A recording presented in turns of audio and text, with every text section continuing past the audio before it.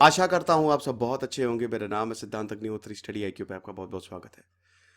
दुनिया के सबसे महान गोल्फ प्लेयर टाइगर वुड्स की कार का एक्सीडेंट हो गया है। अब हिंडई की जेनेसिस पे, जो बहुत बड़ा लग्जरी ब्रांड है, हम आज कारों की बात करेंगे। मुझे बहुत शौक है कारों का, तो आज हम बात करेंगे। तो हिंडई का जो जेनेसिस बड़ा इंपॉर्टेंट ब्रांड है।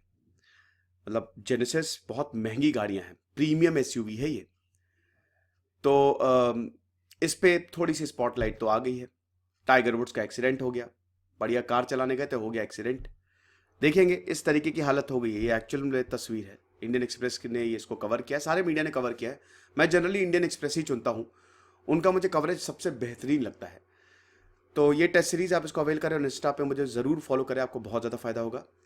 तो टाइगर वुड्स की SUV जो है, लग्जरी ब्रांड है ये हुंडई का। ये अब स्पॉटलाइट पे आ गई है। देखिए, जो महंगी कारें हैं ना, वो कम बिकती हैं, जाहिर सी बात है। जैसे एलेंट्रा, जबरदस्त कार है, लेकिन उसकी बहुत कम यूनिट्स बिकती हैं क्योंकि महंगी है ना। 18-19 लाख से तो स्टार्टिंग है उसकी। आप एलेंट्रा को देख लेंगे, मजा ही आ जाएगी, लेकिन कम बिकती है। टाइगर वुड्स की SUV जो है, क्रैश हो गया, एक्सीडेंट हो गया।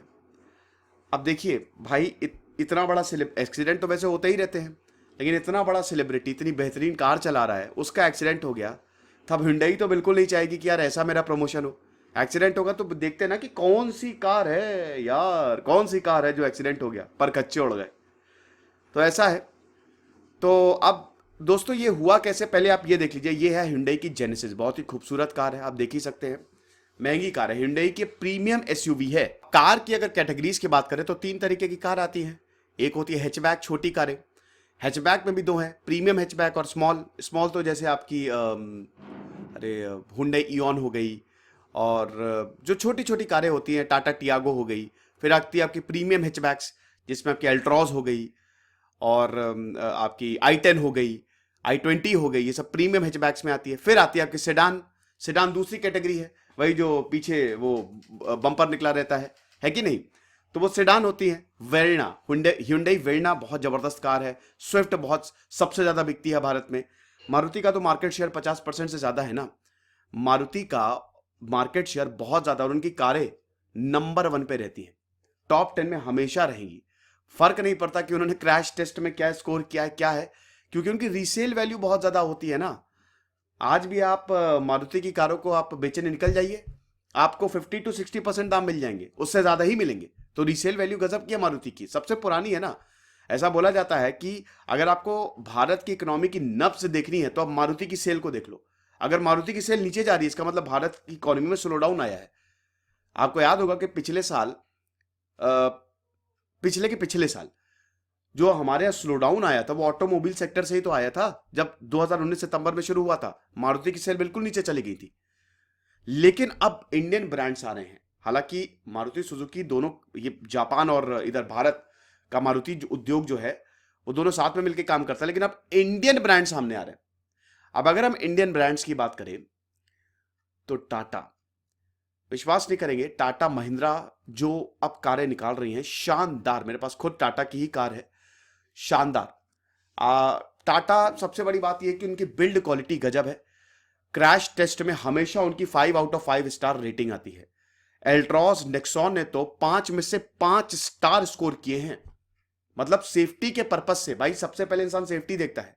महिंद्रा की XUV 300 और टाटा की नेक्सॉन और एल्ट्रॉस, उन्होंने 5 में से 5 स्टार। ये पहला इंडियन ब्रांड है जिसने इतना स्कोर किया, बल्कि कोई इंडियन ब्रांड इतना स्कोर कर ही नहीं। इंडियन छोड़िए, फॉरेन ब्रांड इतना स्कोर नहीं कर पाया है। तो ये हुंडई की कार है, और हुंडई की जेनेसिस GV80 आपकी कार है। अच्छा, मैं तीसरी कैटेगरी तो तीसरी SUV, यही वाली कार।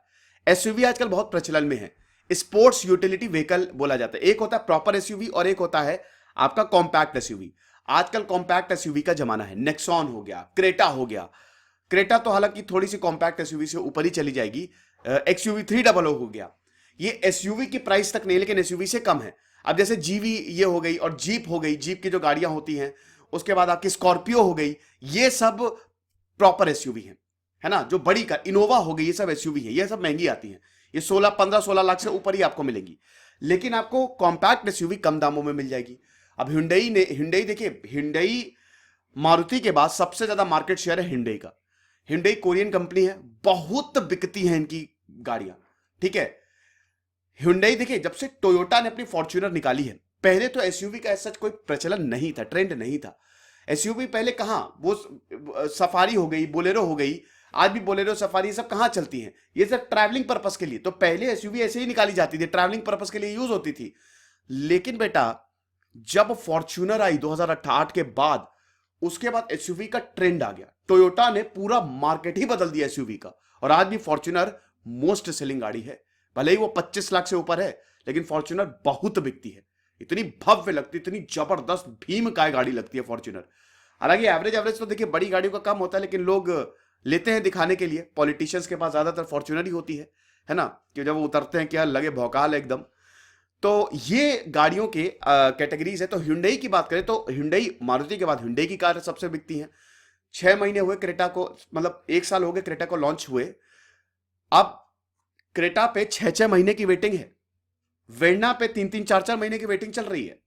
आप विश्वास करेंगे, जहां पे ऑटोमोबाइल सेक्टर लॉकडाउन में पूरी तरीके से बर्बाद हो चुका था, बहुत बुरी तरीके से हिट हुआ था, वहां पे अक्टूबर आते आते, नवरात्र और दिवाली आते आते 4-4, 5-5 महीने की वेटिंग हो गई।